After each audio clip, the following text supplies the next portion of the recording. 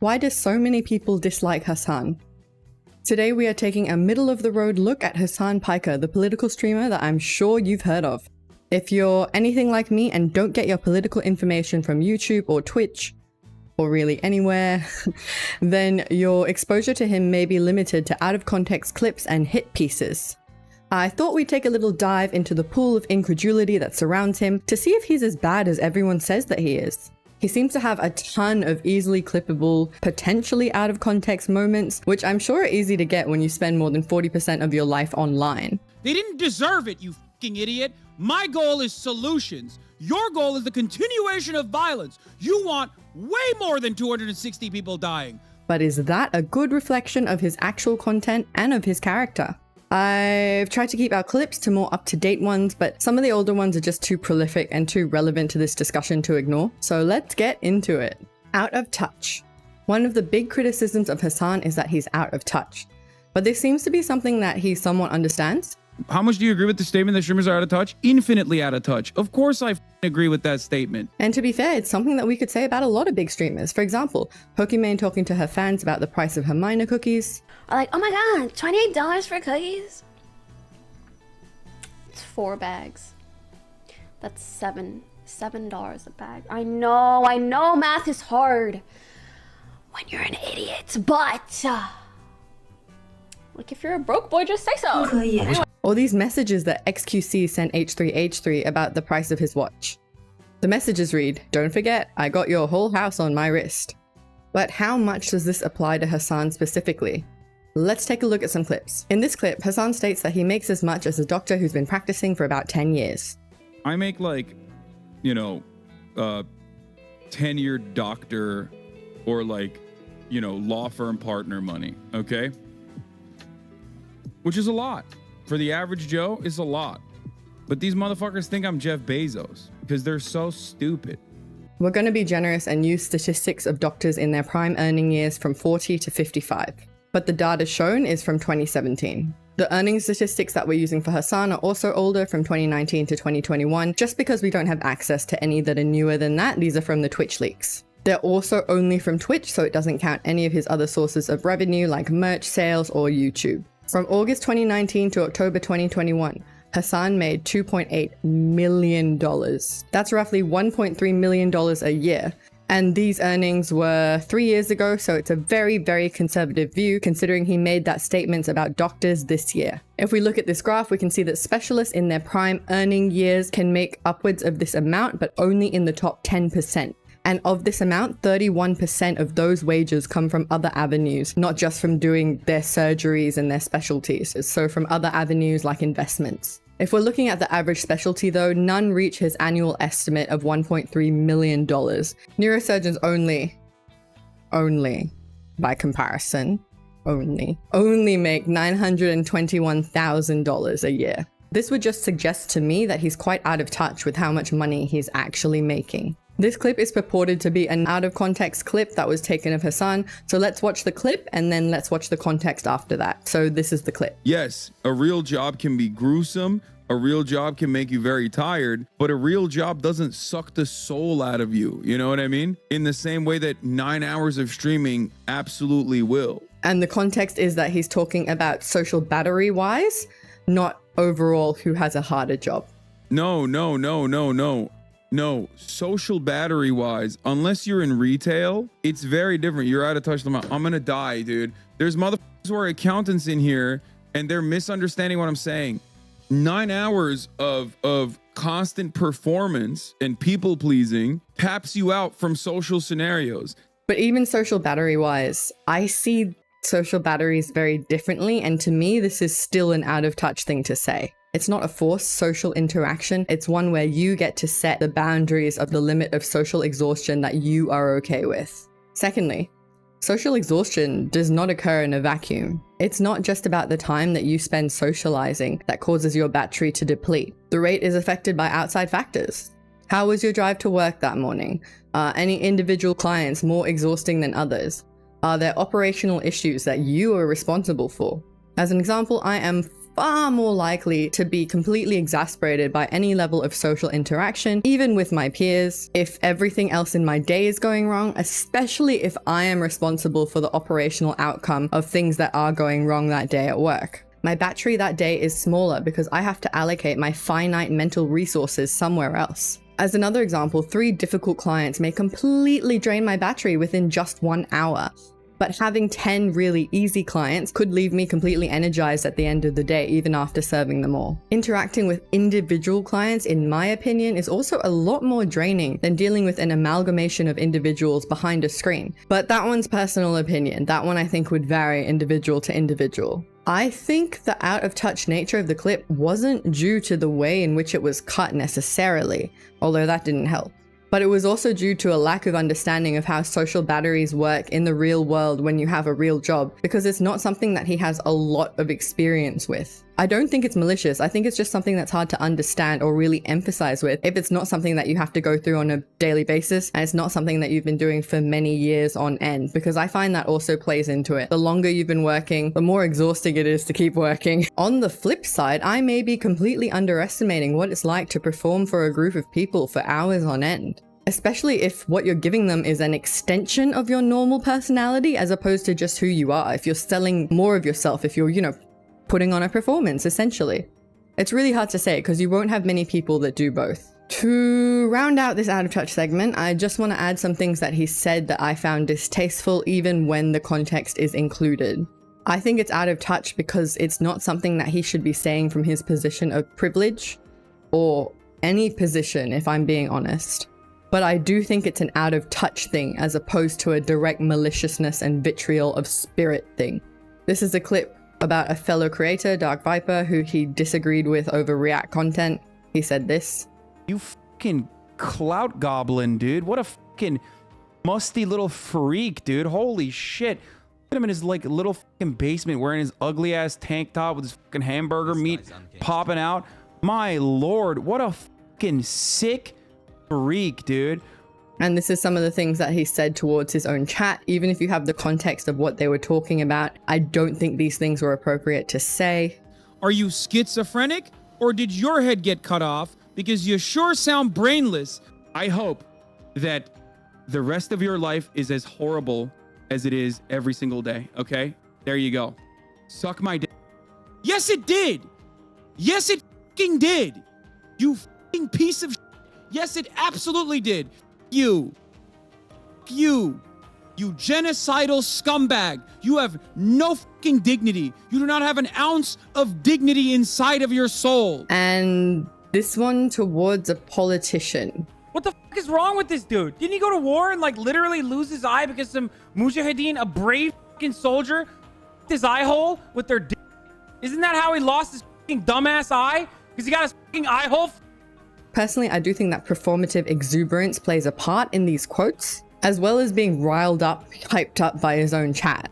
But regardless of your passion, there is no context that makes any of this appropriate, to be honest.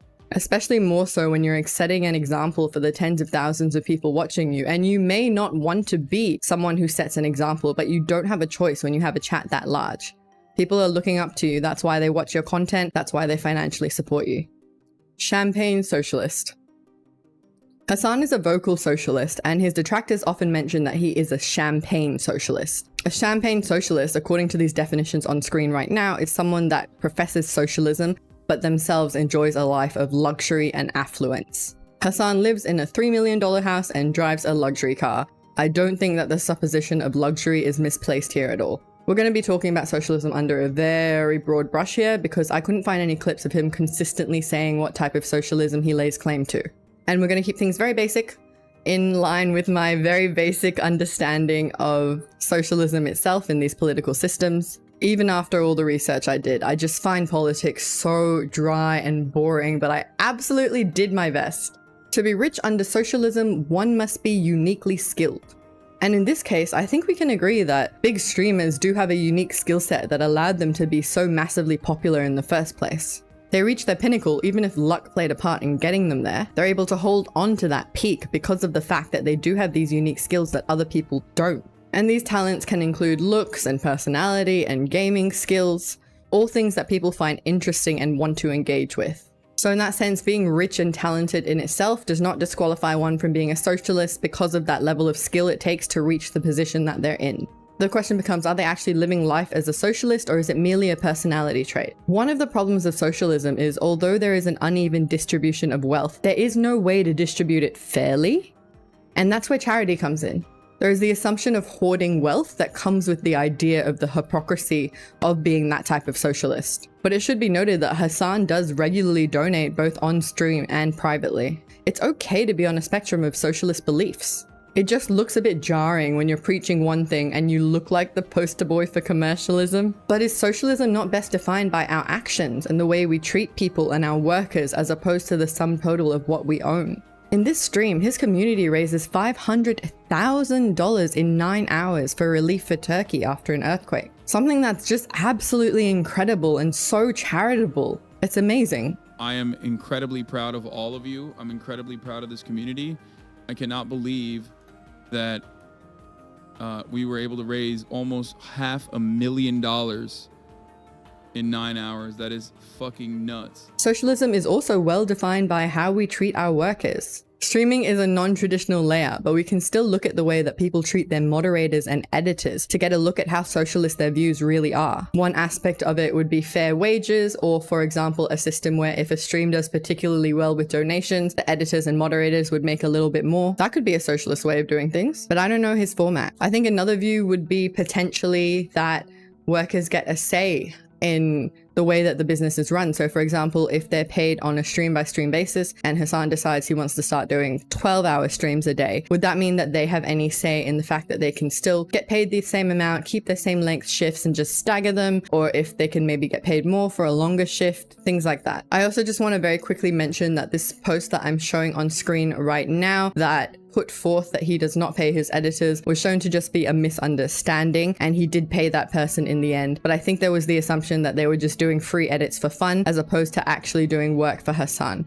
He said that moving forward, it was something he was going to be giving a lot more clarity on so that that type of situation didn't happen again. It's something that people have used to bring into the argument of how he treats his editors, but I don't think it's relevant in this case, so I just wanted to mention that in passing. There are streamers who follow a more socialist brand quite publicly, for example Ludwig, who is known to pay his editors and moderators very, very well, as well as his brand Off-Brand, where he allows some partial co-op ownership to make it a much happier and much more fulfilling workplace. He wants everyone to be treated well and do a good job because of how well they're being treated. And we do know as well that he got the idea of a co-op from Hasan, or Hasan gave him some guidance on it, but we don't know how Hasan operates his own internal labor structures. And just for some more clarity, I'm pretty sure Hasan also understands that workers have it rough and generally tries to voice for workers to have it better, and is actually one of the people that inspired me to make Off-Brand, my company that I own. Hello, I'm the owner of Off-Brand and I have 30 employees, and turn it into a workers co-op, place that generally treats workers better. We just don't have enough information in either of these cases, and I'm not saying we should be privy to that information, but the fact that we don't have it means that we can't really draw conclusions on how socialist their labor policies really are.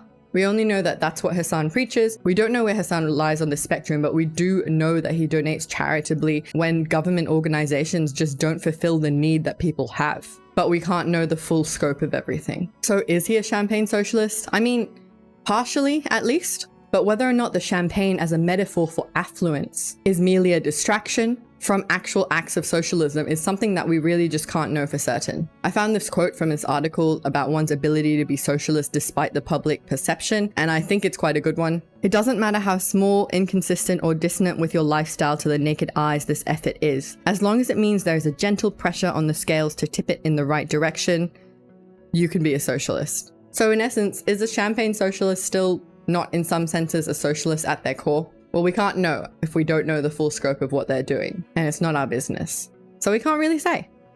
Destiny and Hasan. You may know that a lot of hate comments come Hasan's way because of Destiny's community. But did you know that they were once friends? Here's a series of cute clips of Hasan talking about Destiny before it all fell apart due to a series of disagreements. If Destiny was my roommate, I'd get him laid all the time. Steven was DMing me on Discord and saying, hey, you know what?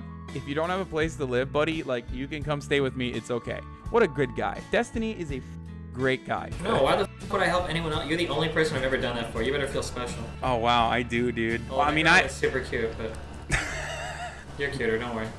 In a different way. And then things get a little touchy. He helped me so fucking much that it's so pathetic for him to lie this way. Like, it's insane. Like, why? Why would he do this? I don't understand. I love this person. I talked positively about him all the fucking time. So why? Why would he do all of this? Why would he, like, have so much fucking pent-up frustration about me, like, deep down inside without saying anything? He helped me so much. You can really hear the hurt in his voice when they were initially breaking up. It's really sad that they just levy punches at each other now. Drama. It pays the bills. I'm paying his bills. I'm paying his child support. Okay? So he should be thanking me every fucking day of the goddamn week. But the idea of them being friends back in the day is something I really like. I think it's really wholesome and cute. Hypocrisy. Some of the hypocrisy is very easily evident and some of it is a little bit more argumentative. Let's look at the easy stuff first. In this clip, we see Hasan admonish Sniper Wolf for buying a $2.9 million house while buying an almost equally expensive house just a few months later. Dude, this is like unimaginable wealth, dude. How the fuck do people make this much money? $2.9 million near Las Vegas? Dude, oh my fucking lord, dude. He does, however, clarify that he's talking about how ostentatious the house is because it's in Las Vegas and not LA, where your price point will buy you a lot less. To be fair, like, this is Las Vegas, so that makes sense. Because the irony is that, like, this house, $2.9 million gets you fucking G-Eazy's house in LA. You know what I mean? But I think that the point of hypocrisy stands, as location is a factor in the overall luxury of a property. The next example of hypocrisy is for React content, but I know that's not something that everyone is going to agree with. So I'm just going to do my best to keep this topic quite brief. React content involves publicly watching the content that other people have made for their own platforms on your own, essentially making a profit off someone else's work. Sometimes with permission, sometimes without. There are arguments about capturing a finite number of impressions and viewers, as how many times do you really want to watch the same video and how many impressions can you personally look at in one day? And then there are also negative externalities to the wider market. Briefly, Dark Viper AU brings up some very, very good points in his series of videos on the topic. On the off chance you haven't seen them, they're very interesting. Highlighting that he feels entitled to use any other person's labor exclusively for his own profit and without their consent. I found this frankly humorous coming from a socialist, given that socialism is directly opposed to such ideas, believing bare minimum that profit should be shared among the workers and workers should have a say over who can profit from their labor. My interest in the topic is going off about social constructs of socialism, then being happy to show amalgamated content from other creators to your own benefit, especially when it's without permission.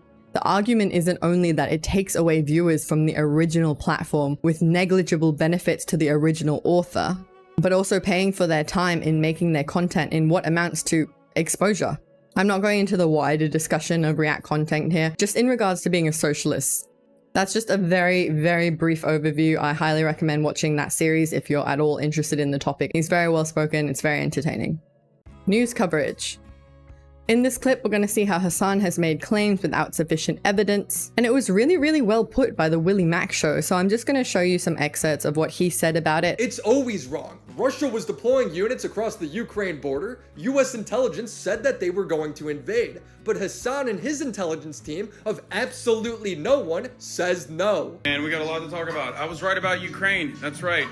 War is not imminent. Oh, shocked. Because that's what I'm doing. The criticism I'm isn't that you didn't cover it. The criticism is that you're making baseless claims you don't know anything about, talking so confidently, as if you got a whole fucking research team behind you. When you don't, you're talking out your ass. Now, as flawed as the news media is, they do have teams of researchers behind them, and can also more easily fulfill that obligation to correct or even fully retract things that they've said. You can't retract any form of a live stream. You can take down a replay of it, but once it's been seen live, there really isn't anything that you can do to take that back. Especially when you're a streamer and the chances are extremely high that you've already been clipped and those clips have been spread everywhere. It's much harder as a streamer to take anything back. You'd need to run corrections across your screen for several days in a row for the entire stream to try and reach exactly the same people that you reached when you said the thing erroneously in the first place. And you still wouldn't reach everyone, especially via all the clips that have been spread onto other platforms like YouTube. On the news though, things are a lot less likely to get clipped. People tend to have the habit of watching the same news show at the same time of night on the same channel for a set period of time. So you're more likely to reach the same audience that you reached the night before with much less effort than a streamer would, in the case that you needed to offer a correction. Does this mean that we shouldn't take any politics streamers seriously ever at all? No. Opinions are valid regardless of who gives them. But it does mean that you need to be extremely careful when covering breaking news, due to the potential proliferation of the clips that you create. And they should be giving disclaimers fairly frequently that they're not stating a fact, they're stating their opinion and the evidence is currently limited. You really can't be saying things with full force when you have limited evidence and no proof, especially when it's something as important as contentious news topics where people are very emotionally involved. Conclusion. Hasan, like any individual human, is flawed. But in each case, there's always some sort of argument to be made about context or differing opinions to at least partially support his actions. The things that I have a real problem with, the things that I can't get past and that I think don't have any context to them, are the cruel comments that he's been shown to make about other creators, and especially towards his chat, which is the community that platforms him and funds his lifestyle. I feel like often the comments are unwarranted because his chatters simply disagreed with him. But even in the cases where they were being either outright rude or misconstrued as so, speaking to individual members of your community in that way is disrespectful to the rest who support you. Like I said, I'd like to give the benefit of the doubt for motivation, assuming an out-of-touch, almost arrogance of status rather than an assumption of vitriolic spirit. But even through the lens of that generosity, it's not appropriate to speak to anyone that way. The hypocrisy, including the potential champagne socialism and being out of touch with the working class, are not things that bother me immensely. We all have some cognitive dissonance between our espoused beliefs and actions taken, and we have to give credit where it's due for the amazing acts of charity he's facilitated through his community. I do, however, think there are real-world repercussions when you misrepresent or do not do your due diligence when it comes to breaking news. Knowing your audience uses you as a source for political news, maybe even their only source, puts a higher duty of care on you to provide accurate information, or at least well-researched information, with the humility to openly provide retractions and corrections or disclaimers along the way. I'd be curious to know what you all think. I know there's more to the debate on both sides, but those were the main ones I thought worthy of discussion today. That's it. That's the whole video. Thank you so much for giving me any of your finite time today. If you spent any of it with me, it really means a lot to me and I super duper appreciate it. Have a great weekend or week, depending when this all comes out, and take care, everyone. Okay, bye!